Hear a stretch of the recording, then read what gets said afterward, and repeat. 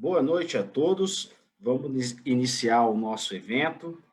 É com grande satisfação que eu gostaria, ao iniciar, apresentar o grupo No, vai responsável, falar. né, o grupo responsável por esse evento. É o grupo também formado já há um tempo, a gente vem amadurecendo essa ideia dentro da Câmara Brasileira de Mediação e Arbitragem Empresarial. Mano, por que Então, que não tá nós som? criamos o grupo que vai tratar especificamente sobre o tema relações do trabalho, e esse grupo atualmente é formado pelo Guilherme Giussani. Dá um tchau aí para a turma, Guilherme, que é o nosso coordenador da Câmara da CBMAI, na Associação Comercial de São Paulo, a Simone Fontes. Dá um tchauzinho para a turma aí, Simone. A Simone é a nossa coordenadora de mediação no Espírito Santo. O Marcelo Pinto. Marcelo, a turma vai interagir muito com você hoje, né? Então, você que vai comandar aí o nosso evento. A Jamile Barreto, que é nossa palestrante hoje. Jamile. O Marcelo Farias. Marcelo está aí na sala, Marcelo? Eu vi o Marcelo entrando, não sei se ele está com o vídeo ligado. Bom, mas o Marcelo também está conosco nessa iniciativa. Em breve nós vamos ter mais notícias, e a ideia desse grupo é realizar eventos como esse, prestar consultorias às empresas, atender a sociedade num todo, naquilo que diz a respeito às relações do trabalho. Tá? Como eu comentei, esse é o primeiro evento que nós estamos fazendo deste grupo, um grupo que foi pensado, um grupo que já vem trabalhando há algum tempo, solidificando o bom entendimento dessa matéria. Quero agradecer também o doutor Giovanni, que de bate-pronto aceitou o nosso convite de estarmos aqui nessa noite. E então, com essas palavras iniciais, eu vou passar a palavra ao nosso mediador de hoje, o Marcelo. Marcelo, se me permite, eu te passei a palavra, mas já vou te cortar, hein, antes de fato entregar. Eu queria estabelecer aqui algumas regras antes, né, e aí eu vou deixar já para o Marcelo depois rememorar. Aos colegas presentes na nossa sala, aqui do Zoom, as perguntas, e bem como aqueles que estão nos assistindo também pelo canal do Facebook da CBMAI, as perguntas devem ser sempre feitas via chat. O Marcelo vai estar fazendo aí a seleção, agrupando essas perguntas, condensando essas ideias, de forma que a gente consiga atender um número maior possível, né, de perguntas aos nossos palestrantes. Cada um deles vai usar o tempo entre 20 e 25 minutos, e, de novo, a condução com o nosso amigo Marcelo. Então, Marcelo, agora sim, passo a palavra para você, para a saudação inicial e para a condução do evento.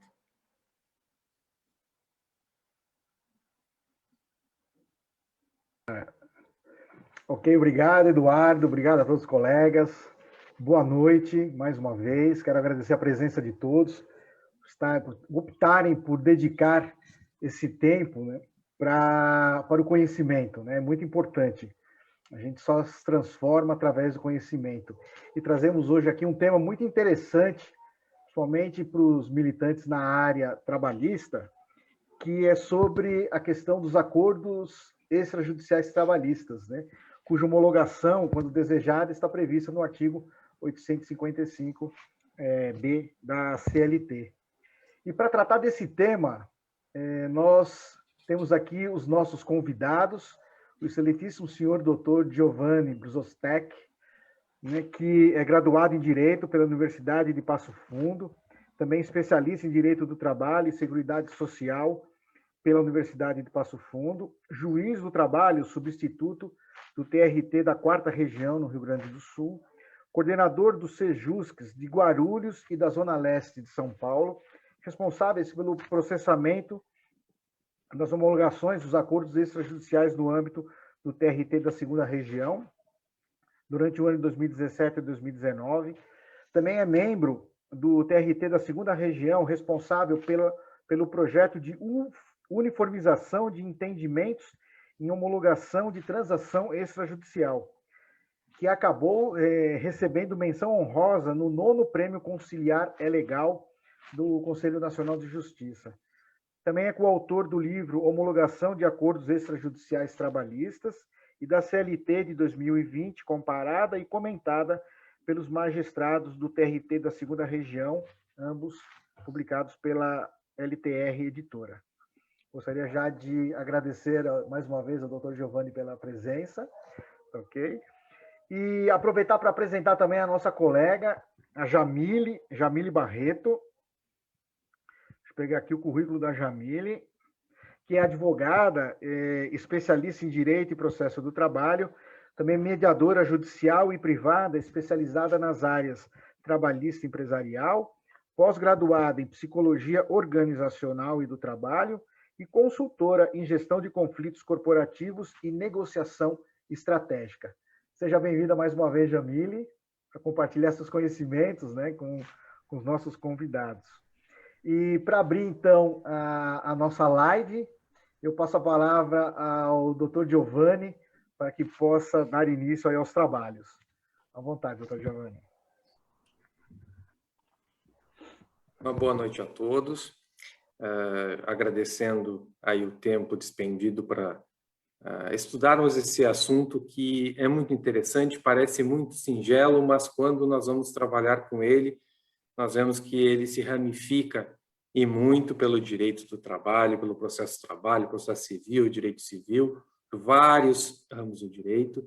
E o que eu gostaria de inicialmente dizer para vocês é que o meu contato com os acordos extrajudiciais, ele ocorreu por circunstâncias inesperadas. Em 2017, eu estava lotado no Sejusc da Zona Leste de São Paulo, TRT da 2ª Região, e lá tratávamos de acordos em processos contenciosos, quando o tribunal decidiu que, após a reforma, logo após o advento da reforma trabalhista, viriam todos os processos de homologação de acordos extrajudiciais para os Sejuscs. Na época, nós não tínhamos jurisprudência, não tínhamos procedimentos anteriores, e aí a equipe do NUPEMEC, da qual eu fazia parte, teve que criar, né, com a singela regulação que tínhamos na época, uma forma de dar vazão a esses milhares de processos que entravam em São Paulo. Eram milhares, acredito que foi, pelo que me recordo, entre 7 e 8 mil processos no primeiro ano da reforma trabalhista.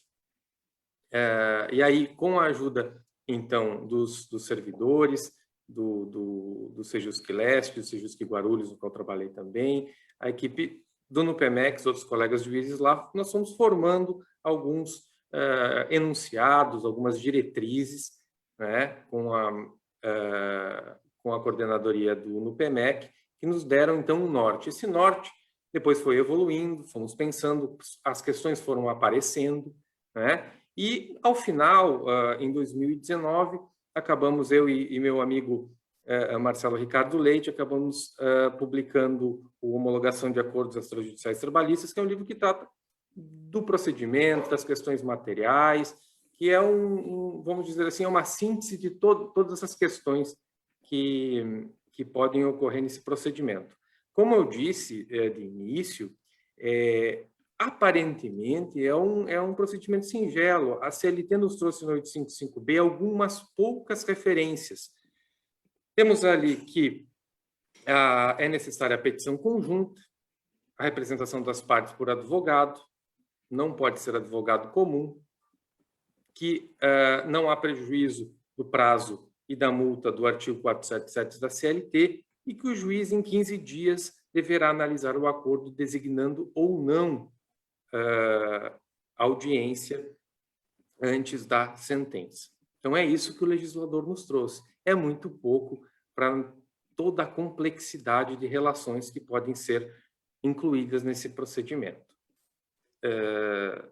O que é, então, o acordo extrajudicial? O acordo extrajudicial nada mais é do que uma transação. O artigo 840 do Código Civil estabelece a licitude dos interessados prevenirem ou terminarem litígios por concessões mútuas. Aí a gente já vai começando a ter uma ideia do que é isso. Essas pessoas, então, negociam, formam uma petição inicial, um acordo por meio de uma petição inicial, trazem ao juiz e o juiz, assim, após deliberar pela validade ou não desse acordo, homologa ou não a transação. Bom, essa dinâmica, ela difere muito do que acontece nos processos contenciosos, que é o que a gente está mais acostumado. Ou seja, um autor, processo contra um réu, e aí, no bojo desse litígio, se faz um acordo judicial que é ou não homologado ao juiz. Aqui não, aqui as partes, os interessados, na verdade, porque aqui não tem parte, aqui não tem conflito, digamos, processual, mas sim um procedimento no qual as partes os interessados já trazem ao juiz o acordo pronto. E aí ele passa, então, esse filtro de validade por essas concessões que foram, então, realizadas pelos interessados. O primeiro passo para o juiz, quando chega um procedimento desse, é identificar a existência ou não do litígio. Ele pode ser em concreto, pode ser em potencial, pode ser um litígio que as partes estejam tentando evitar, prevenir. Então, a primeira questão é essa. O que disso decorre?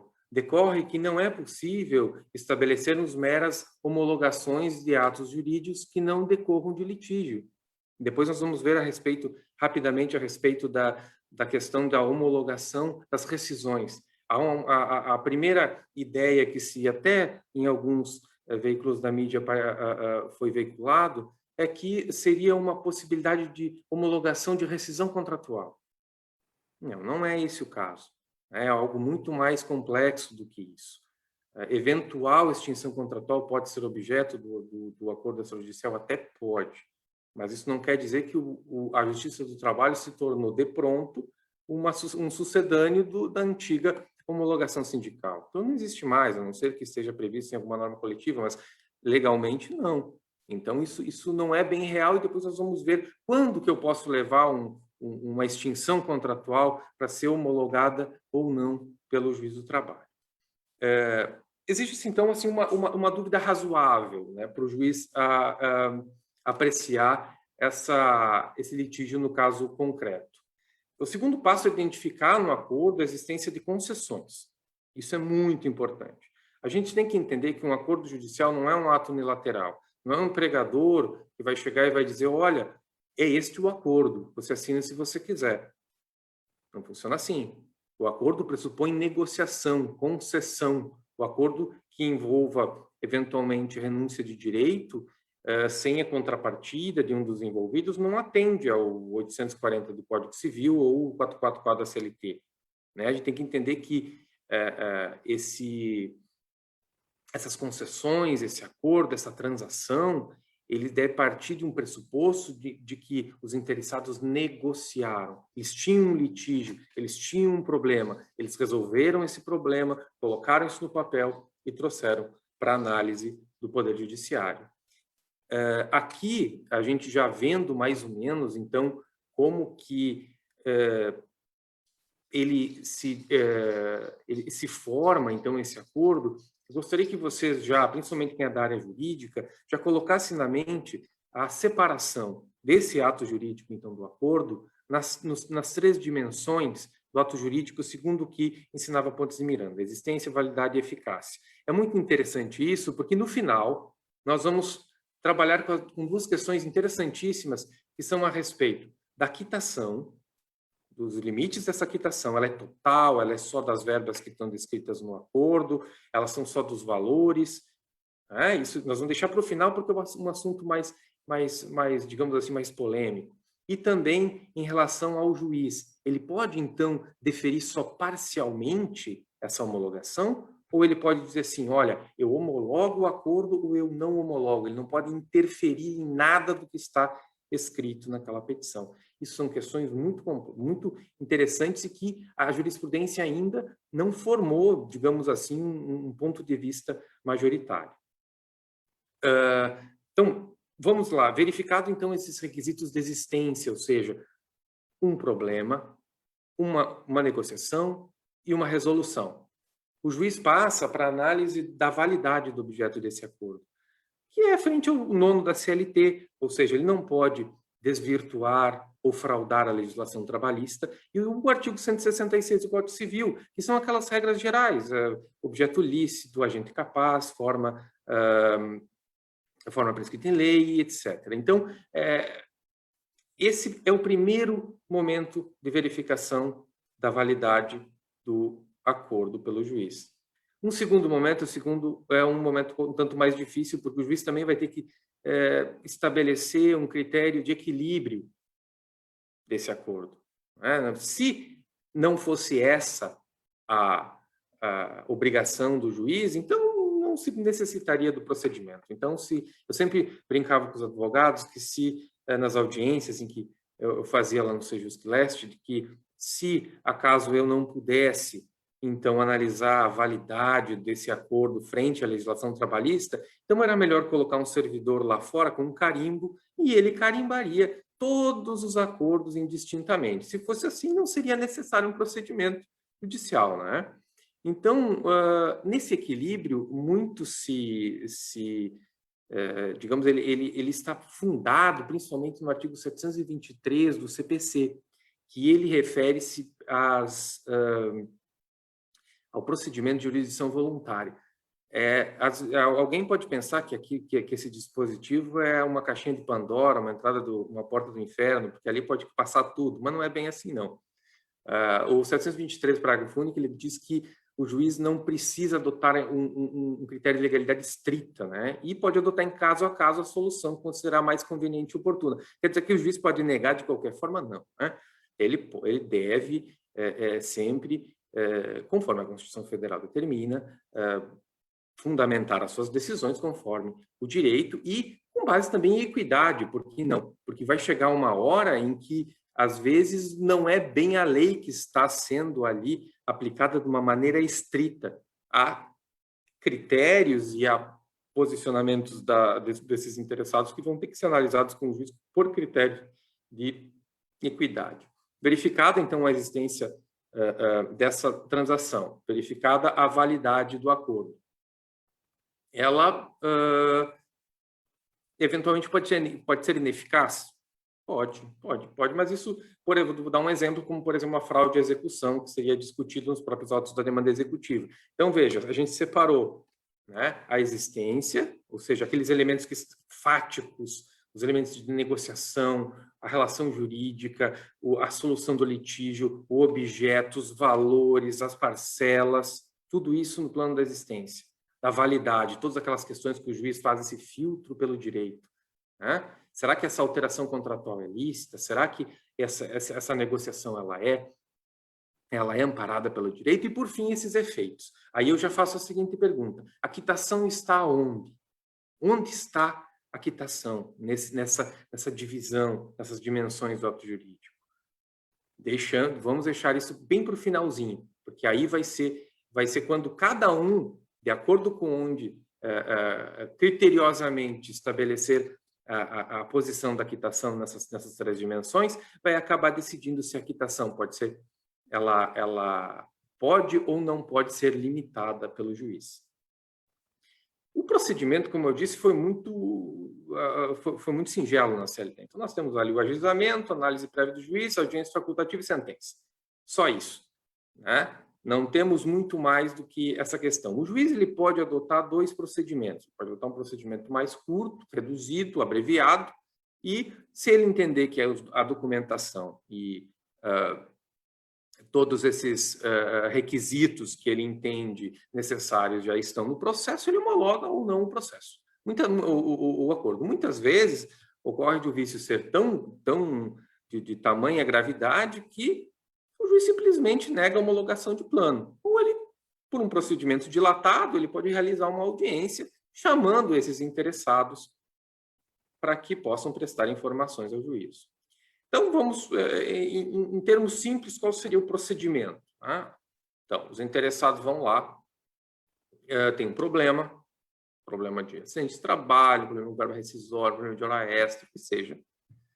Eles entabulam uma negociação, chegam a um consenso, estabelecem o objeto desse acordo e, a partir disso, apresentam esse processo no Poder Judiciário. Temos uma petição inicial, uma análise do juiz, uma sentença ou vai para a audiência. E após essa audiência e sentença, se eventualmente os interessados não ficarem contentes com aquela sentença, eles têm todo o direito de recurso. Diferentemente, então, lembrem-se da questão dos acordos em procedimento contencioso, que faz coisa julgada e que resolve definitivamente o mérito. Aqui, como as partes apresentam isso como uma demanda para o Poder Judiciário, o duplo grau de jurisdição não pode ser afastado de maneira alguma. Já isso é bastante tranquilo na jurisprudência, de que a não homologação, a homologação parcial, ela pode ser objeto de recurso. Pressupostos processuais, condições da ação, competência material, competência territorial, todos esses elementos processuais comuns do procedimento contencioso também se aplicam à jurisdição voluntária. Não havendo uma decisão que julga o mérito, né, decide o mérito, não há porque todas esses requisitos, esses pressupostos não sejam aplicados. Inclusive a competência funcional. Uma questão interessante em relação à competência funcional é sobre se esses procedimentos eles podem ser enviados aos sejusques, né? Os sejusques já existem em todas as esferas do Poder Judiciário, inclusive na Justiça do Trabalho. O Tribunal Regional do Trabalho da Segunda Região, um dos pioneiros no envio desses processos para os sejusques, na época, ainda em 2017, né, pela recomendação GPCR 1/2017, estabeleceu-se a possibilidade de envio para, facultativamente pelo juiz das varas, que é a competência funcional originária, para os sejusques, para que eles sejam, então, trabalhados ali. Litisconsórcio, transações coletivas, litispendência, coisa julgada, interesse processual, condições da ação, todas essas questões, elas são, sim, aplicáveis na seara também da jurisdição voluntária, da homologação de acordos extrajudiciais trabalhistas. A petição inicial, né, ela tem que ser escrita em conjunta. Isso nós temos já muito colocado na lei, então não temos dúvida nenhuma. Nesse caso, não se aplica o ius postulandi, porque ela pede ela pede a presença dos advogados. E advogados, e veda o advogado comum. Isso, para quem advoga, é muito importante, porque nesses casos já se verificou até a possibilidade até de infração disciplinar em face de regramento do artigo 17 do Código de Ética da OAB. Petição conjunta, né? Muita gente faz petições separadas, junta termos de acordo, mas o ideal é uma petição conjunta, é isso que a lei trata. A classe processual na Justiça do Trabalho, ela foi estabelecida como TREX, depois HTE, mas significa homologação de transação extrajudicial. Prosseguindo, então, com esses requisitos básicos da petição inicial, para a gente ter uma ideia, então, a vedação ao advogado comum, né? Deve haver uma breve exposição dos fatos, ou seja, a relação jurídica de base, sem dizer se tem vínculos, se não tem vínculos, se é um trabalho autônomo, se é um estagiário, tudo que esteja dentro da competência da Justiça do Trabalho, para que o juiz entenda, consiga fazer aquele filtro que nós colocamos antes. Porque a gente tem que entender que, nesse procedimento, o juiz não tem a petição inicial e a contestação para ter a base do conflito. Então, esse conflito ele deve ser bem delineado para que o juiz tenha convicção. Eu já peguei processos dos quais as partes disseram, mas os interessados disseram o seguinte, era isso que a gente queria. Eu disse, olha, mas isso não está escrito aqui, eu preciso saber que é isso que vocês querem, é isso que vocês estão negociando. O procedimento é excelente, o procedimento traz segurança para a empresa, o procedimento traz clareza para o empregado, abrevia abrevia o longo caminho do procedimento contencioso, né, que às vezes é desgastante, é caro. Aqui é muito rápido, em poucas semanas, poucos meses, está tudo resolvido, tudo pago. Se a empresa não paga, logo em seguida é possível uma execução de título judicial. Então, é uma brevidade, uma economia processual muito grande. Tem que constar a relação jurídica, então, a exposição daquele litígio, as bases da negociação, para entender o que foi negociado, e a solução encontrada no final. Muito importante, né, como qualquer petição inicial, a discriminação dos valores, até porque qualquer acordo pelo 832, parágrafo 3º da CLT, tem que constar a discriminação da natureza das verbas. As obrigações pactuadas, sempre o valor, tempo e modo de pagamento. O quê? O que a gente faz? O que todos os advogados fazem todos os dias no contencioso. Aquela primeira fase é o que constaria eventualmente numa petição inicial. Agora é fácil. O valor, o tempo, o modo de adimplemento, modalidade de obrigação, cláusula penal e todos aqueles requisitos que nós já somos acostumados. Há uma dúvida também muito grande sobre a questão das custas, se paga ou não adiantado. Bom, o artigo 88 do CPC, ele trata disso. Não há regramento específico quanto à jurisdição voluntária na nossa CLT. Então, em São Paulo, havia uma diretriz do NUPEMEC na qual se exigia as custas prévias. Eu entendo que, partindo do pressuposto de que haja essa omissão na CLT e que não há nenhum regramento a respeito da jurisdição voluntária, o artigo 88 do CPC, que prevê o rateio e antecipação das custas, é bastante sustentável a sua aplicação. Valor da causa e pedido apenas de homologação. Isso é muito simples. Dúvidas que surgem também a respeito da questão dos limites da instrução processual. Pode tudo? Pode testemunha? Pode perícia? Bom, dois entendimentos são possíveis, já que a jurisprudência não se firmou. Um é que, com base na ampla defesa e princípio dispositivos, pode trazer testemunha, pode fazer perícia, o que quiser. Mas me parece que o legislador, limitando a 15 dias, né, o processamento dos acordos extrajudiciais, nos deu uma indicação de que não, de que o procedimento é abreviado e que essa audiência é apenas uma faculdade do juiz.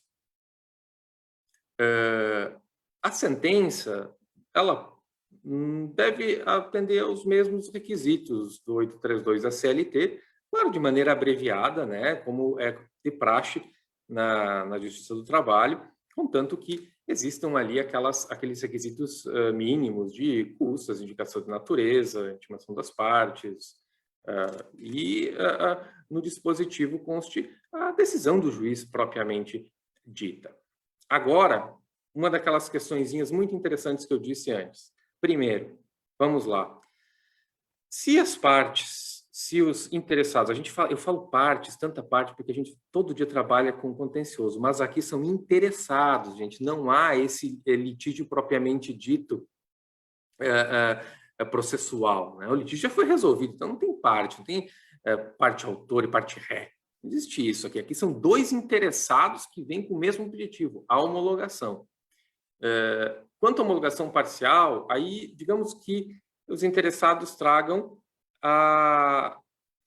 essa pretensão de quitação total, ou seja, nós estamos pagando aviso prévio, férias, indenização por dano moral, mas nós queremos quitação total. Não vai mais, se entrar com uma reclamatória depois, não vai ser devido hora extra, adição noturno, repouso, não importa, tudo. Se o juiz entender que essa quitação ela é restrita, e depois nós vamos ver os três posicionamentos possíveis, a homologação parcial, ela, em tese, seria possível, né? Pensando na impossibilidade, né?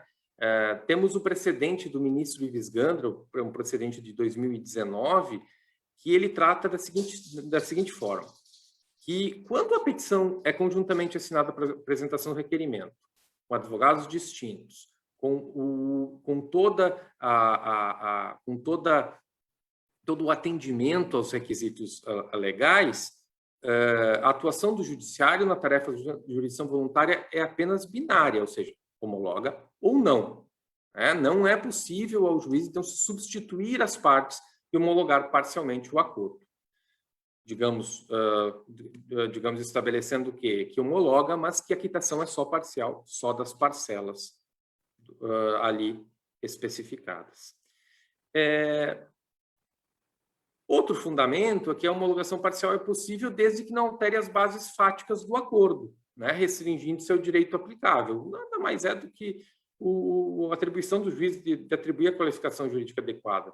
Dura novit curia, simples. Aí entra aquela questão que eu falei bem no comecinho. Onde você qualificaria a quitação? Se você qualificar ou indicar que a quitação pertence ao plano da existência do ato jurídico, certamente o juiz não pode mexer nela, não. Se ela mexe se a quitação pertence à base do negócio, o juiz não pode se intrometer na vontade desses interessados. Mas se eu entender que a quitação está no plano da eficácia, ou seja, o efeito pretendido pelos interessados, bom, aí o juiz sim pode limitar isso, porque ele apenas vai estar qualificando o ato jurídico de maneira diversa do que os interessados assim pensaram. Então é interessante a gente entender essas duas questões. Por fim, tem uma outra questão também em relação à homologação parcial, que é para a gente pensar que não tem nada certo, não tem nada errado, o Instituto está sendo construído. O artigo 848 do Código Civil, ele trata a transação como um elemento complexo, versando sobre vários direitos. Então, se a nulidade fulmina algum desses direitos e não prejudica os demais, o efeito extintivo quanto aos direitos compreendidos em uma cláusula não invalidaria a outra, É algo interessante para fundamentar esse posicionamento. Por fim, já que o meu tempo, eu tenho muita coisa para falar sobre isso, certo? Mas vamos falar então para que a gente possa chegar ao assunto os dois assuntos mais candentes a respeito da transação extrajudicial homologada em juízo, que é a coisa julgada e a quitação. Em relação à quitação, nós temos 3 entendimentos possíveis. O primeiro, de que apenas quita valores. Ou seja, em face dos artigos 9º da CLT e 468 da CLT, o trabalhador não poderia de forma alguma transacionar diretamente com o empregador. Bom, penso que o próprio artigo 855 trouxe uma mitigação desses artigos. Se o legislador quis que ele negociasse, quer dizer que dentro de bases equilibradas, esses artigos podem ter a sua extensão, a sua aplicação mitigada. O segundo entendimento possível é o entendimento que o TST até agora, em decisão turmária, que é representada então por aquele acórdão do ministro Ives, de que é possível a quitação total e restrita da relação jurídica, não podendo o juiz se imiscuir na vontade das partes, dos interessados, de nenhuma forma. A defesa da tese leva em conta a postulado de segurança jurídica, autonomia da vontade, que seria algo que vem íncito da própria natureza do artigo 855-P. E também o terceiro entendimento, que seria a quitação apenas das parcelas ali descritas, que é um entendimento com o qual compartilho.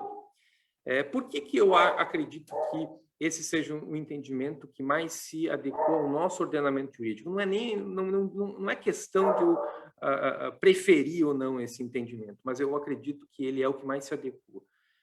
Alguns elementos para que a gente pense. O artigo 515, parágrafo 2º do CPC, ele estabelece... O 515 é aquele que estabelece os títulos executivos judiciais. Quando o parágrafo 2º ele diz que a gente pode incluir no acordo uma relação jurídica fora da petição inicial, ele trata apenas do contencioso. Ele não trata do inciso que trata de jurisdição voluntária. Por quê? Porque é óbvio, na jurisdição voluntária, no acordo extrajudicial, os interessados já trouxeram exatamente a matéria que eles querem que seja homologada. Não precisa incluir eventual outra que esteja em litígio. E aí temos outras questões. O artigo 843 do Código Civil estabelece a interpretação restritiva da transação, é um norte hermenêutico. O 320 determina que a quitação deve especificar valor e espécie da dívida. E algo que também é muito interessante é que no 855-E é estabelecido que a suspensão do prazo prescricional é restrita aos direitos especificados na petição de acordo. Então, a questão é, se a prescrição ela atinge, a suspensão da prescrição atinge apenas aquelas pretensões que são especificadas no acordo, como a quitação ela vai incluir tudo? É algo de se pensar. Diferentemente, outra questão interessante de se olhar no texto da CLT é que quando ela trata do plano de demissão voluntária incentivada, e principalmente das comissões de conciliação prévia, essas que eu queria me referir, a suspensão da prescrição estabelecida no 625G, ela é genérica, assim como a quitação. Então, é algo de pensarmos. E outra questão interessante é que o legislador, quando quis, trouxe a quitação total estabelecida especificamente no texto CLT, como é o caso das comissões de conciliação prévia.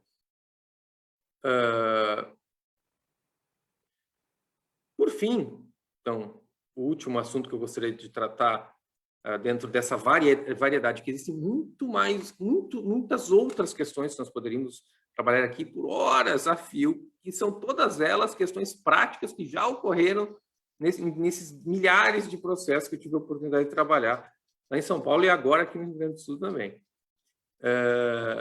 A coisa julgada, né? Seria, hoje, em relação a isso, nós temos dois entendimentos na doutrina, na jurisprudência. O primeiro, a respeito de que a coisa de que a jurisdição voluntária não faz coisa julgada material, né? Ou seja, não se tornam indiscutíveis e são passíveis de desconstituição, então, por mera ação anulatória, e um entendimento que é compartilhado pelo Didier Júnior no qual a homologação do negócio jurídico sobre objeto litigioso, ou seja, acusação, renúncia, quando há decisão judicial de mérito, uma vez transitado e julgado, só pode ser desfeita por rescisória, então faria coisa julgada. Mas aí é que está, vejam vocês todos. Tanto um entendimento quanto o outro não obsta a segurança jurídica do Instituto. Por quê? Porque, se observarmos pela ótica processual da coisa julgada, e eu entendo que há coisa julgada material, e boa parte dos colegas têm entendido dessa forma, há uma indiscutibilidade. Se entendermos pela ótica da quitação, também há essa indiscutibilidade, só que esse eventual processo futuro, uma reclamatória trabalhista, ao invés de ser extinta sem resolução do mérito por coisa julgada, seria julgado improcedente, sendo acolhida a quitação. Bom, como eu disse, o que eu quis foi dar ligar uma metralhadora de possibilidades para que nós possamos pensar, sem verdades absolutas, sem que a gente possa afirmar ideias fixas sobre determinada questão. Aqui, meu objetivo foi tornar possível a todos o raciocínio e de interpretação desses artigos, desses poucos artigos que a CLT nos trouxe, e a relação desses artigos com os outros ramos do direito. Seriam essas minhas palavras iniciais, e já peço desculpas por ter extrapolado um pouquinho do tempo. Não, que isso, não se preocupe, doutor Giovanni, realmente esse assunto é um assunto apaixonante, né? Apesar de curtinho na CLT, ele é muito vasto na interpretação, e certamente nós teremos outras oportunidades para que o doutor explore melhor e de forma mais completa ainda esse instituto. Bom, por questão de tempo, eu vou passar a palavra então para a doutora Jamile, para dar andamento, até porque ainda não tem perguntas aqui no chat, viu, pessoal? Então, quem estiver interessado, coloca as perguntas aqui no chat, que aí ao final eu faço um apanhado e distribuo elas para o doutor Giovanni e para a doutora Jamile. Então, dando andamento aqui a nossa live, passo a palavra para a doutora Jamile, com o mesmo tempo aí, doutora Jamile, tem 30 minutos. Obrigada, Marcelo. Boa noite a todos. É muito bom ter novamente essa oportunidade de falar aqui pela CB+, sobre esse tema. depois de uma exposição brilhante do Dr. Giovanni, de quem está lá na outra ponta, né, de quem vai receber esses acordos judiciais, de um magistrado que vai realmente analisar se vai homologar ou não. Então, assim, essas reflexões são muito ricas para nós que estamos na ponta de cá, para nós que vamos dar início a esse procedimento, né, de jurisdição voluntária. Então, eu quero usar esse meu tempo de fala para provocar algumas reflexões em vocês sobre o início disso tudo, né? O doutor Giovanni, quando começou a fala dele, ele disse, olha, isso aqui não é homologação de rescisão de contrato de trabalho. E eu uso muito essa fala quando eu falo sobre mediação trabalhista, por exemplo, olha só, isso aqui, esse instituto não é para fazer aquilo lá que as delegacias do trabalho, que os sindicatos faziam. Isso aqui é para tratar sobre conflitos, isso aqui é para tratar sobre litígios, né? Então, assim, os acordos extrajudiciais, eles são uma ferramenta incrível, foi um grande passo que a reforma trabalhista trouxe para abreviar o tempo dos litígios, para abreviar o tempo dos conflitos. Essa semana aconteceu uma questão que eu falei assim, eu quero levar isso, né, para a palestra de quarta-feira. Há 4 anos eu cuido de um processo de uma pessoa e a empresa está recorrendo insistentemente nesse processo, né? Já está em fase de execução e toda possibilidade recursal que a empresa tem, ela lança a mão. E eu liguei para ela para falar, olha só, a empresa recorreu mais uma vez. E ela falou assim para mim, doutora Jamile, eu estou cansada. E eu acho que a senhora também está cansada nesse processo. E eu entendi o sentimento dela em relação àquilo. Porque todos os recursos manejados pela empresa, eles são meramente protelatórios. A empresa está ali com uma condição para conseguir segurar esse processo, para bancar um processo em todas as esferas recursais, sabemos nós que não é barato, né? Existem os depósitos recursais que precisam ser feitos, existem custos e outras coisas mais. E nesse momento, se a empresa ela quer, de certa forma, protelar o processo e ela tem capacidade financeira para isso, ela lança a mão desses recursos e ela faz.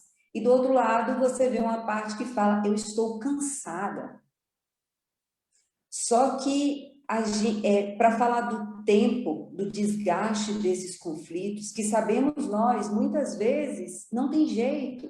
Muitas vezes o processo ele vai precisar discutir uma tese jurídica, vai precisar afirmar uma jurisprudência, não é simplesmente um caso tão simples, né? Mas, em muitos casos, esse tempo, esse desgaste, né? E que ele pode ser abreviado, a gente tem hoje um instrumento que é muito importante e que é essencial, e é um instrumento que ele precisa ser mais utilizado pelos advogados, principalmente. Nós temos aqui no Brasil uma cultura do litígio muito forte, e que, com o tempo, eu acho que esse movimento todo de negociação, de conciliação, o judiciário abrindo as portas para a conciliação, esse movimento no Sejusc em várias instâncias, núcleos de mediação e conciliação, inclusive no Supremo Tribunal Federal, a gente vê o próprio judiciário abrindo as portas para o entendimento. E isso é algo que deve surgir também nos advogados, nas partes, porque o tempo é importante. Nós estamos em um momento de um contexto econômico extremamente frágil, extremamente complicado e que, na verdade, ele ainda nem despontou. O que a gente vê é uma piora significativa nos próximos anos, em decorrência da recessão pós-pandemia, e que a gente já começa a ver os efeitos, né, dessa questão econômica acontecendo a todo momento, isso impactando diretamente nas relações de trabalho. O número de empresas fechando, o número de pessoas desempregadas, e nós chegamos num momento em que as duas partes encontram-se extremamente fragilizadas.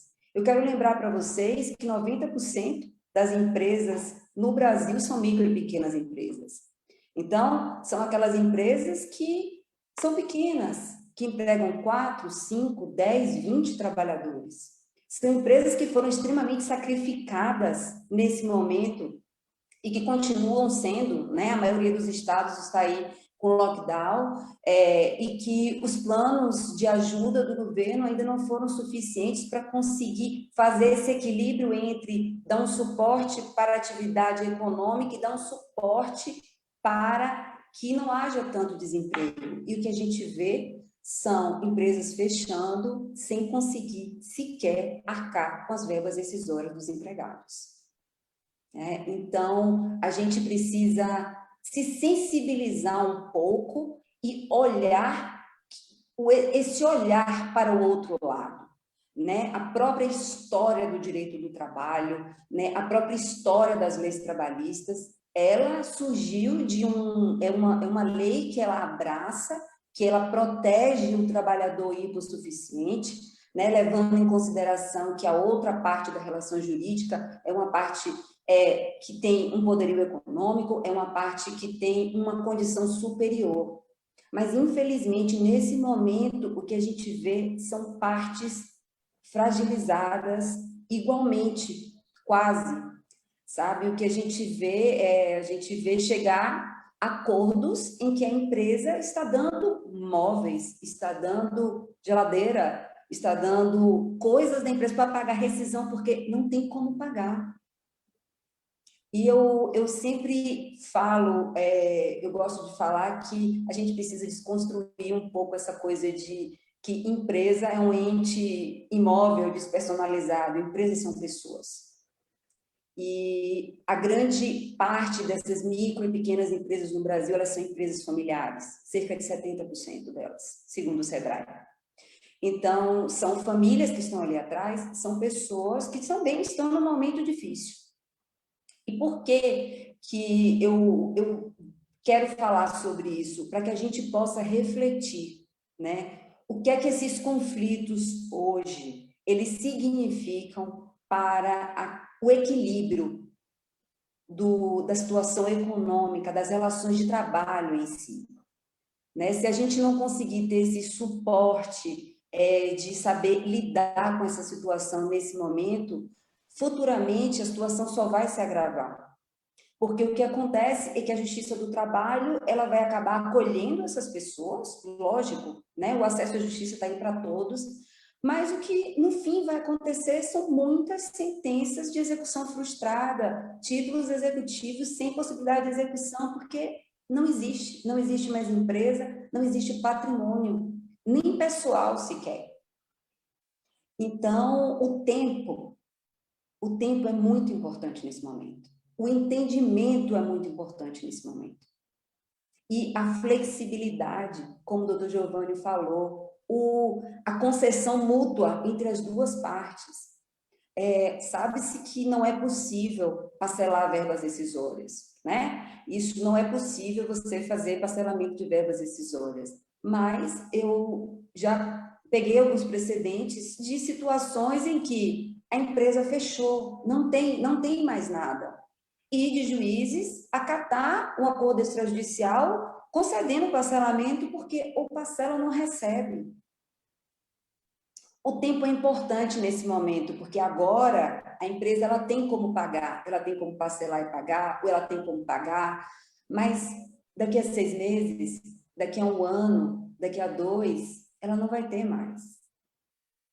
E nós, advogados, nós, operadores do direito, nós, mediadores, magistrados, enfim, todas as pessoas, a gente precisa ter um pouco de sensibilidade para entender o que é que está acontecendo nesse momento, porque a situação é grave agora e a gente sabe que a tendência é que a situação, a cada lockdown desse, de 15 dias fechado, 3 semanas, 1 mês, muitas empresas elas não voltam. Né? Então, assim, o que a gente viu naquela quantidade de contratos de trabalho suspensos e com carga horária reduzida, é que quando esses trabalhadores voltaram, a empresa não conseguiu mais absorvê-los e sequer tinham condições de pagar as verbas rescisórias. Então, a gente vem com um procedimento que as partes elas podem sentar, elas podem conversar. E a transação ela pode ser feita, uma transação direta, uma negociação direta entre as partes dos advogados, ela pode ser feita através de uma conciliação, ela pode ser feita através de uma mediação. Nós sabemos que as relações de trabalho, eu costumo dizer que relações de trabalho, de vizinhança e de família são as mais longas e as mais complicadas, né? Então, em muitos momentos nessas decisões, nós temos situações bastante sensíveis e que, às vezes, um terceiro imparcial, um terceiro que tenha habilidades ali para conseguir fazer aquelas partes dos advogados conversarem, chegarem a um entendimento para um melhor acordo, é muito importante. E não falo só de questões de verba rescisória, aí a questão é muito mais ampla, nós temos questões de assédio, nós temos questões outras, que são questões sensíveis, que a gente percebe que tem um resultado interessante quando essas partes, elas sentam entre elas para conversar e tentar chegar a um denominador comum. O que eu quero com isso? Né? Qual o meu interesse? O que é importante? E esse espaço de escuta, de fala, de acolhimento, isso ajuda a minimizar os danos desse conflito. Entende? Então, assim, eu acho que nós precisamos abrir a nossa mente, nós precisamos enxergar as relações de trabalho de uma forma mais humanizada. Há muito tempo eu venho batendo nessa tecla, não só quando no final, durante, entende? Durante a relação de trabalho. A gente tem acontecido coisas agora, o mundo não estava preparado para isso, a legislação não estava preparada para isso, nós profissionais, operadores do direito, não estávamos preparados para isso. Então, nós precisamos ser flexíveis, nós precisamos abrir a nossa mente para conseguir buscar alternativas para minimizar esses danos, e o tempo é a chave para isso. Então, se você tem a possibilidade de fazer uma negociação, de costurar um acordo e levar isso, né, para uma homologação na Justiça do Trabalho, onde você vai ter segurança jurídica, onde os advogados, inclusive a presença dos advogados é fundamental. Além de ser um requisito essencial da lei, não existe acordo extrajudicial, como o doutor Giovanni falou, sem advogados diferentes para estar ali para esclarecer, para dar suporte jurídico e para defender os interesses do seu cliente. O fato das partes estarem fazendo uma composição não significa que elas não tenham interesses opostos. Elas têm, mas elas estão tentando resolver de uma forma consensual. Por isso, tem que ter o advogado das duas partes. É muito importante. E é importante que os advogados eles tenham um comportamento mais amistoso, que eles consigam enxergar isso de uma forma que, infelizmente, para esse momento, isso é essencial. Nós entramos, nós nos formamos, eu principalmente aí, né, já tenho aí quase 2 décadas que eu passei na faculdade de Direito, e nós fomos formados para ser processualista, para lidar com processo. E nós não fomos educados e formados para lidar com pessoas. E nesse momento nós precisamos desenvolver essa habilidade, né? De ter esse jogo de cintura para lidar com pessoas. Os advogados, os juízes que estão aí nessa batalha de fazer audiência telepresencial, sabe a dificuldade que a gente está tendo em relação a isso, de ter muita paciência, de conseguir ter esse lado mais humano, porque está difícil para todos. E se nós pensarmos que a legislação ela nos deu a possibilidade de, em 15 dias, ou um pouco mais do que isso, nós resolvermos um conflito que duraria 3, 4 anos no judiciário ou mais, nós precisamos abrir os olhos, nós precisamos utilizar mais desse expediente, nós precisamos entender de que forma esse expediente pode nos socorrer, não só nesse momento, mas que a gente possa fazer da conciliação um hábito, para que a gente consiga fazer isso durante todo o contrato de trabalho, não só no pós.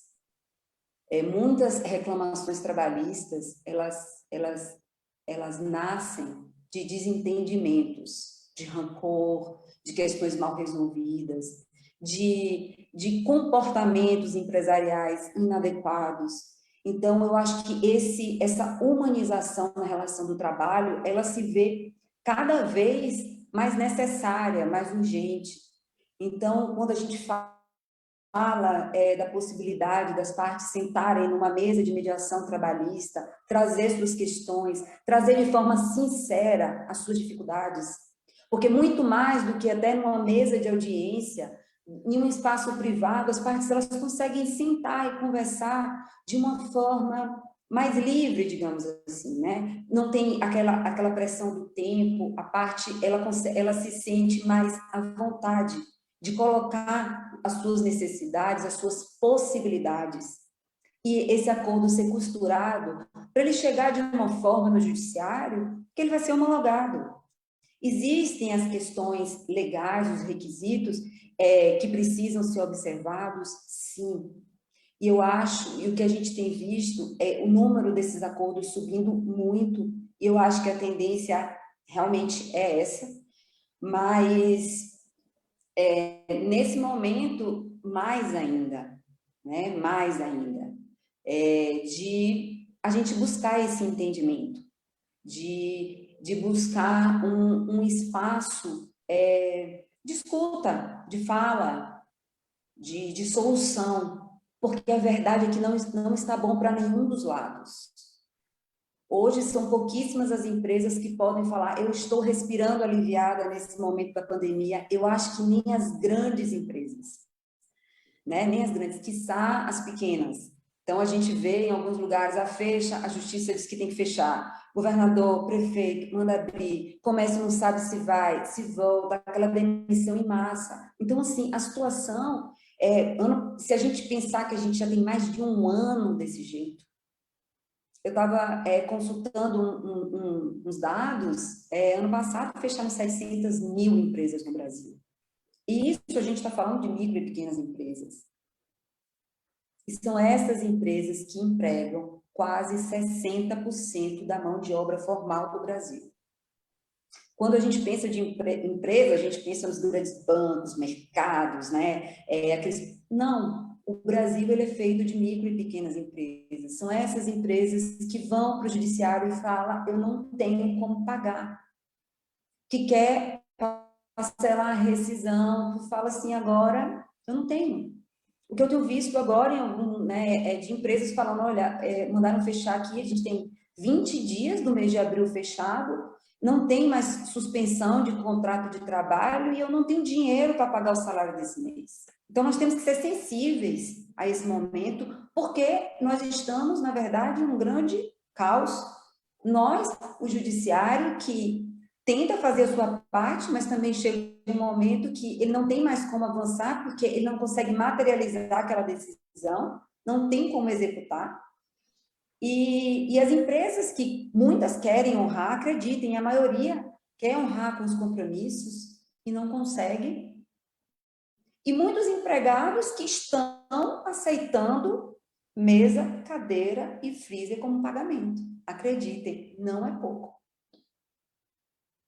Então, esse é um debate que se faz muito necessário. É muito importante a gente se debruçar sobre esse instituto, entender a legalidade, entender como que é o funcionamento e análise desse instituto na Justiça do Trabalho, mas entender também o que é que depende de nós para construir bons acordos. Então, acordos que haja concessão mútua, mas acordos que seja bom para ambas as partes. O empregado, ele tem o seu direito, ele tem o direito de receber as verbas rescisórias dele, isso está na lei, essas verbas rescisórias, elas são inegociáveis, né? São direitos que ele não tem como abrir mão, mas muitas vezes a empresa não tem como pagar aquilo de uma vez só. Não tem como. E aí, como que esse acordo, como que essa negociação pode ser feita para que o empregado ele consiga receber, né, as verbas decisórias dele? Como que esses acordos vão ser construídos para preservar a dignidade do trabalhador, mas também preservar a saúde mínima da outra parte. Porque se a gente pensa, uma empresa, ela está ali, ela fechou, são 30 pessoas, 40 pessoas. Isso porque eu estou falando dessas empresas pequenas, porque se a gente pensar em empresas grandes, o impacto é muito maior.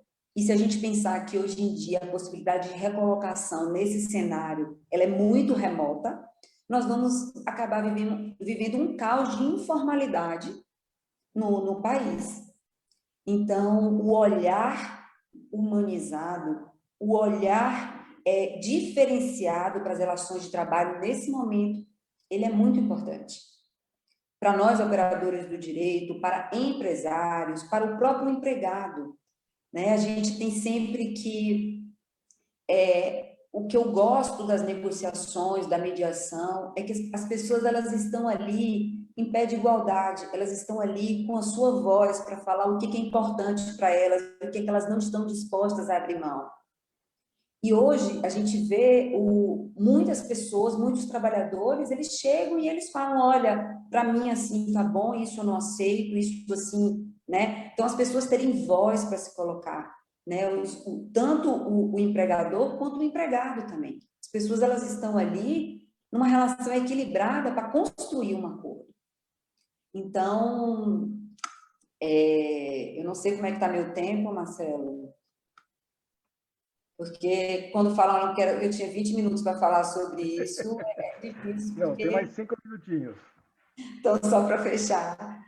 Então, depois da fala esclarecedora do Dr. Giovanni sobre o Instituto, eu queria realmente trazer essa reflexão sobre o pré-acordo, antes do acordo. O que é que nós podemos fazer? O que é que nós podemos mudar para termos bons acordos? A importância do tempo para diminuir esses conflitos, para que a gente não entre numa bola de neve e chega um momento que nós poderemos estar mergulhados em uma situação que não tem solução. Então, é ali, é nas pequenas atitudes, é naquele conflito, é naquela rescisão difícil, é naquela empresa que fechou e precisa mandar todo mundo embora, não tem como pagar e quer fazer acordo e quer levar para o judiciário. E nós temos um instrumento fantástico, um instrumento que permite tanto o acordo partir da iniciativa privada, quanto ele ter a segurança do Poder Judiciário. Então, que a gente possa ter esse olhar, que a gente possa utilizar mais os acordos extrajudiciais e que a gente consiga acolher, né, e abraçar essa situação tão fragilizada das relações de trabalho nesse momento. E isso para todos nós, profissionais, empresários, advogados, magistrados, desembargadores, ministros, todos nós, porque é algo que necessita de um esforço e de uma compreensão coletiva. É isso, muito obrigada. Parabéns, Jamile, muito obrigado pela sua fala. Eu gosto muito quando você fala que você traz você humaniza a questão, né? É importante. Nós entendemos que nesse momento que nós estamos passando, muitas empresas são pessoas mesmo, são aquelas empresas formadas de pai, mãe, né? E olha lá, e um parente a mais. Então, inclusive, acaba até se confrontando com a questão da hipossuficiência, quando você tem o trabalhador ao lado do patrão, que é o atendente do caixa, né? O patrão está no caixa e o trabalhador está lá no balcão.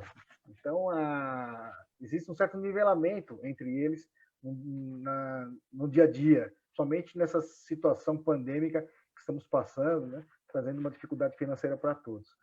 Então, eu queria aqui, em nome de todos os participantes, que o nosso chat aqui está bombando, parabenizar mais uma vez o Dr. Giovanni e a Jamile, todos estão sendo aqui muito elogiados no chat pelas suas falas.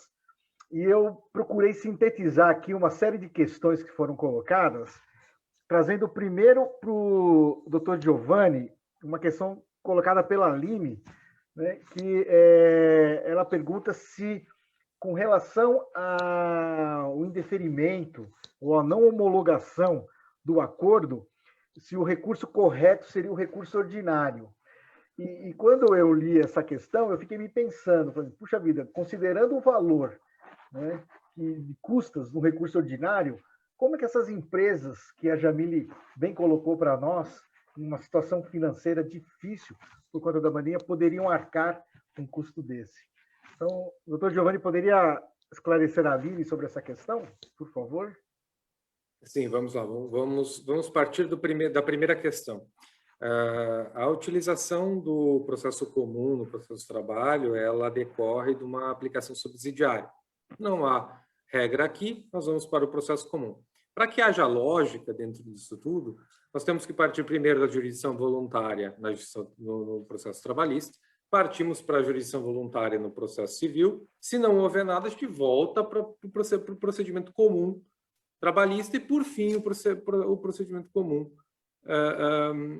do processo civil. Então, veja, utilizando-se essa lógica, vemos que no próprio CPC há a previsão de apelação no caso de decisão em jurisdição voluntária. Transplantando essa regra para cá, a gente vê que há sim hipótese de recursal e o remédio adequado nos casos de decisão na fase de conhecimento é o recurso ordinário, então está correto.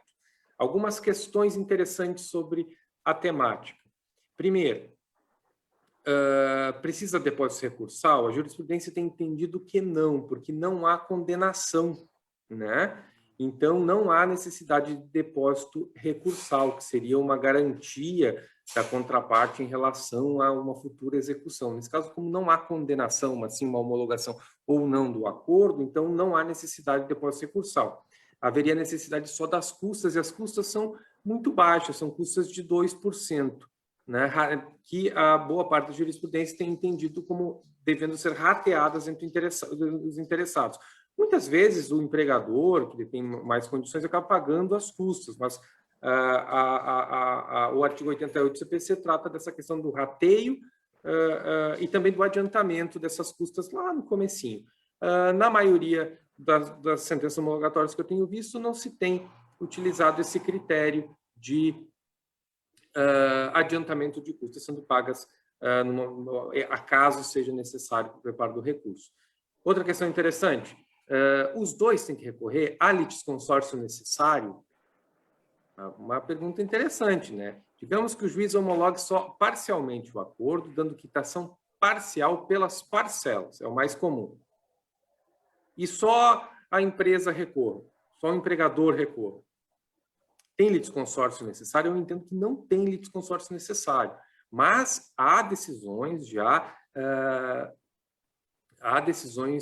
inclusive aqui numa turma do Rio Grande do Sul, que não tem recebido os recursos ordinários quando os dois interessados estão compondo essa fase recursal. Então, é bom se atentar a isso. Sempre que for preciso aviar um recurso ordinário, que ambos os interessados estejam nessa fase recursal. E outra questão interessante também é, e aí, cabe contrarrazões? Embora muitos colegas tenha, e aí acontece o seguinte, em alguns casos, um dos litisconsortes entra com recurso ordinário e logo em seguida o juiz determina que o outro interessado apresente contrarrazões. E nessas contrarrazões, o outro interessado concorda com os termos do recurso.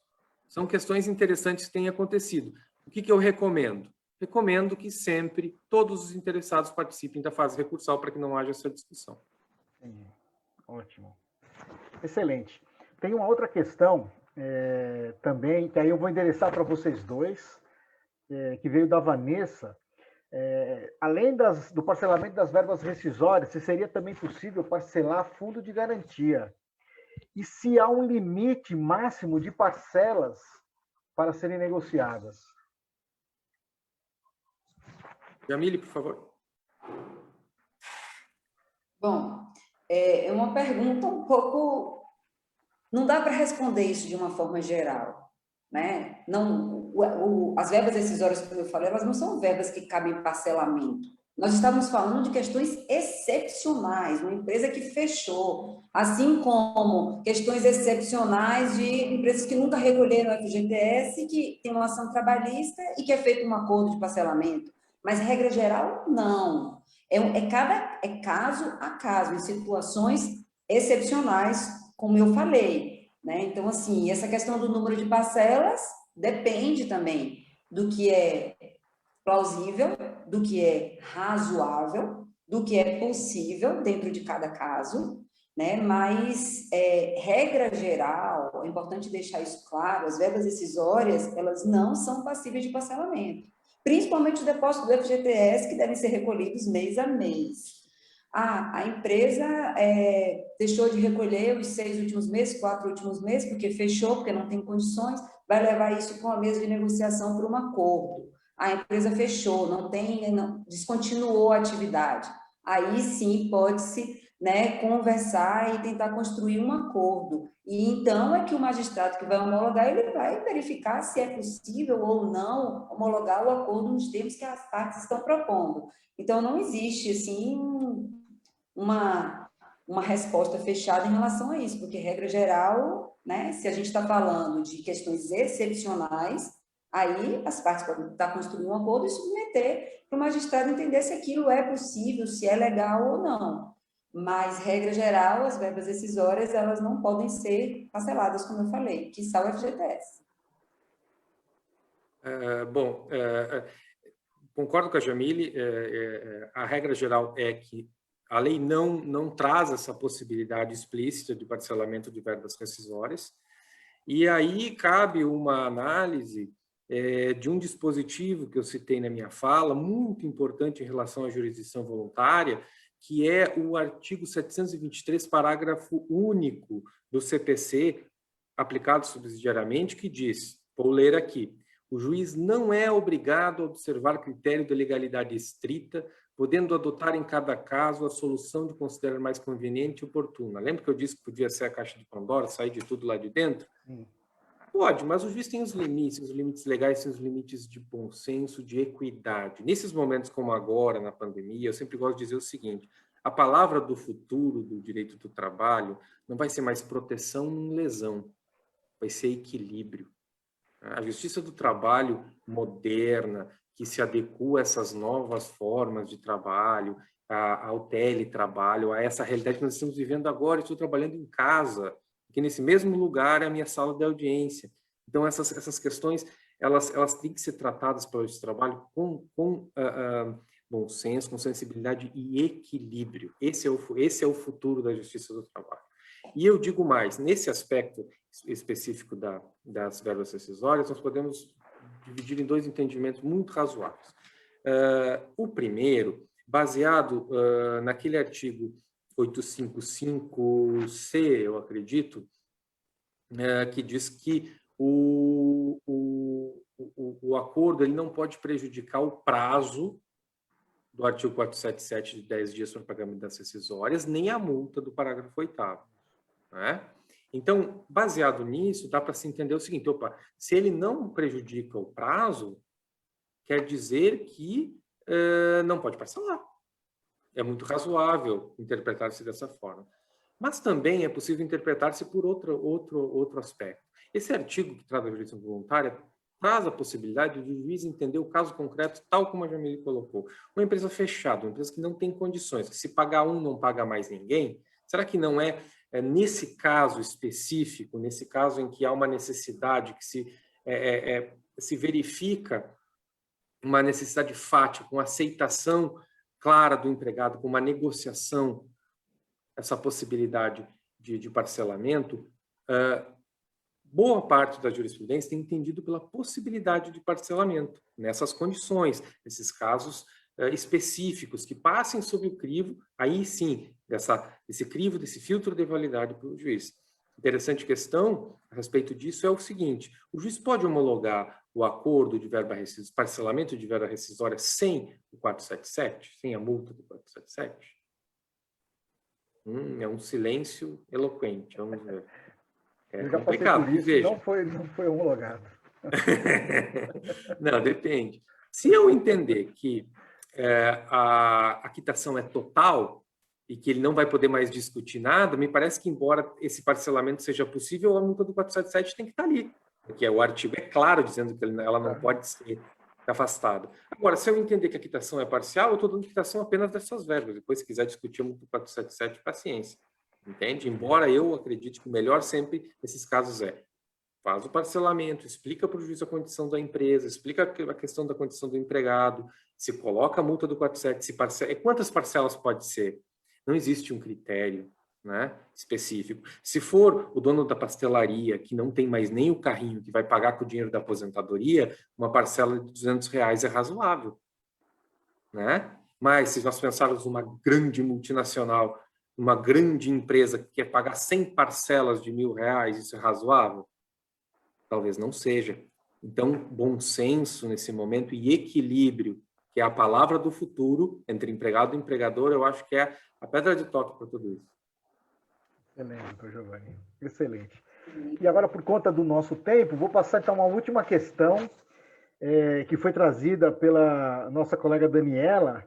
Ela gostaria de saber, na visão de ambos, do doutor Giovanni e da Jamile, como que vocês veem a questão da homologação do acordo extrajudicial trabalhista dentro das câmaras privadas. Quem começa, Jamile? Bom, posso começar então. Tá bom, Giovanni. Vejam, nesse aspecto, eu gosto muito da mediação, eu gosto muito da conciliação. Eu acho que trazer a responsabilidade pela própria vida para as próprias pessoas é um valor assim imenso para uma democracia. Quando as pessoas decidem por si próprias o que devem ou não devem fazer, dentro da legalidade, isso se faz uma democracia saudável. É assim que a gente constrói um Estado verdadeiramente democrático e que haja uma ordem de direito. É assim, é com a valorização das pessoas, dos indivíduos, enquanto atores jurídicos. Né? A CLT ela traz essa possibilidade quanto os hipersuficientes, né? O artigo 507A, né? Quando a remuneração é superior a 2 vezes o limite máximo dos benefícios do regime da Previdência Social, pode ser pactuada a cláusula compromissória da arbitragem por iniciativa do empregado ou mediante concordância expressa deste. Eu acho que foi uma medida da reforma, eu acho muito positiva, embora nós precisamos, na seara trabalhista, ainda evoluir um pouco mais para aqueles outros casos do empregado ainda dito hipossuficiente, que é o que ganha menos, tem menos condições de entender o que está acontecendo. Eu acho que isso faz parte de uma evolução. Né? A negociação, a mediação, a conciliação, ela é para mim, é sempre uma evolução, é o próximo passo. Né? E nós estamos caminhando para isso. Mas a legislação atualmente permite apenas em relação a esses empregados hipersuficientes. Bem, eu acho que os métodos consensuais, em geral, mediação, negociação, arbitragem, conciliação, eles plantam um valor muito importante nas pessoas, que é a autorresponsabilidade, né, como o doutor Giovanni falou. Então, principalmente na nossa cultura do nosso país, que nós estamos acostumados a terceirizar a decisão das nossas questões, né, seja para o Estado, seja para uma outra pessoa. Então, eu acho que as pessoas, elas começam a desenvolver o senso de autorresponsabilidade. Eu estou escolhendo isso e eu vou ser responsável por isso. E isso é um valor muito caro na mediação. Eu acho que a mediação, especialmente, em que o mediador está ali apenas no sentido de auxiliar tecnicamente, mas são as partes e os advogados que vão construir, e as partes elas podem dizer exatamente o que querem, o que não querem. Isso desenvolve um senso de autorresponsabilidade muito grande. Na seara trabalhista, eu sempre falo isso, é uma área delicada, sensível, e precisa ser feito isso de uma forma muito cuidadosa, mediadores que tenham conhecimento do direito do trabalho, das dinâmicas das relações de trabalho, da lei, para que saiba tratar aquilo da forma como deve ser tratado. E eu acho que a Câmara é, sim, um espaço muito interessante para essas negociações e essas tratativas do acordo extrajudicial. Não a homologação, porque a homologação é feita pelo Poder Judiciário, mas para a construção desses acordos, né? Às vezes está em um espaço onde os advogados eles tenham ali o apoio de um terceiro imparcial, para que eles possam organizar as negociações, as conversas. Às vezes a coisa fica difícil, porque os advogados... Doutora Jamile, se me permite, em São Paulo, eu recebi processos assim, nos quais uma Câmara de Mediação auxiliou, não é? Com 2 advogados preenchendo os requisitos legais, veio um processo muito bem fundamentado, bem colocado, e foi homologado com o auxílio, então, pré-judicial do mediador. Um mediador. A gente não pode esquecer que os advogados eles estão auxiliando as partes, mas eles estão polarizados, eles estão ali em um método, né, em uma esfera consensual, mas eles estão ali para defender os interesses do cliente. Então, às vezes, vem um terceiro imparcial, um mediador ali, que dá esse suporte para as partes. Então, respondendo aí para a Daniela, eu acho que a Câmara ela é um espaço fantástico de fala, de escuta, de negociação, de construção de bons acordos, para que chegue lá no magistrado que vai receber essa minuta desse acordo para decidir pela homologação, chegue algo assim realmente bem construído para ter sucesso nessa homologação. É isso. Muito bem. Lembrando, né, Jamile, que um acordo bem construído na Câmara talvez nem tenha necessidade de socorrer ao Judiciário para ser homologado. Né? Se as partes estiverem imbuídas da boa-fé, da confiança e cumprirem esse acordo, não seria necessária, né, essa homologação judicial, uma vez que o acordo seria cumprido e o conflito resolvido. Né? É a autorresponsabilidade, né, Marcelo? Autorresponsabilidade. Existem questões que precisam, sim, ser homologadas, porque podem envolver outros entes, principalmente entes públicos, como o INSS, por exemplo, mas se for um acordo para pagar alguma coisa, ou devolver alguma coisa, ou algo que não necessite de uma homologação, eu acho que deve desenvolver o senso de autorresponsabilidade. Eu fiz, eu construí isso e eu vou cumprir. Então, é importante a gente plantar, né, essa semente. Teve um acórdão do DRT aqui da 2ª Região, que o desembargador falou, olha, eu não posso aceitar a homologação desse acordo, porque tem algum requisito aqui que não foi cumprido, mas eu não vejo nenhum óbice em que as partes possam livremente cumprir o que elas pactuaram. Então, isso plantar mesmo o senso de autorresponsabilidade, de honrar com as próprias escolhas, né? Isso faz parte do nosso desenvolvimento e isso faz parte do equilíbrio também, como falou o doutor Giovanni. Excelente.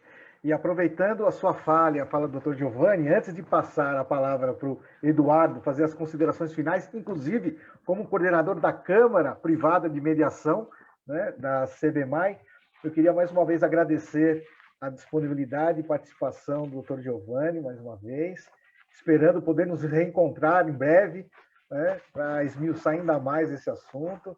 Parabenizar também a doutora Jamile pela clareza, pela humanidade com que ela tratou dessas nossas questões.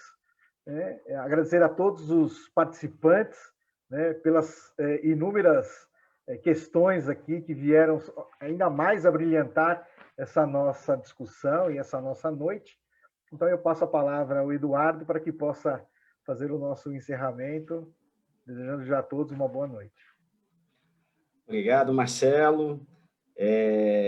Quero parabenizar tanto a Jamile como o Giovanni e parabenizar agradecendo pela aula que vocês deram aqui. Meu telefone aqui, eu estou recebendo um monte de mensagem aqui no WhatsApp de pessoas que estão participando e que querem saber mais, enfim. Vejo aqui na turma muitos colegas da nossa rede de câmaras da CBMAI e outros ex-alunos, amigos aqui presentes também.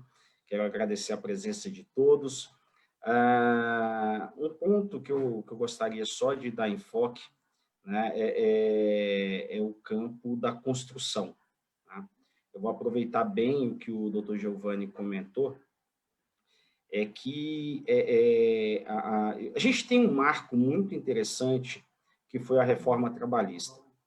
A reforma trabalhista, na verdade, ela ia avançar até mais, ela não avançou mais por questões de negociação no parlamento, e é algo que a gente acompanhou bastante aqui pela nossa entidade maior, pela Federação das Associações Comerciais, mas é algo que a gente precisa interpretar melhor, tá? E aplicar melhor. E aí eu rememoro também palavras da Jamile, né, quando a gente fala na prevenção, num acordo dentro da própria corporação, independente do porte da empresa, né, a negociação ela pode ter esse embrião com o que traz a reforma trabalhista e com aquilo que é a boa prática de gestão. Tá?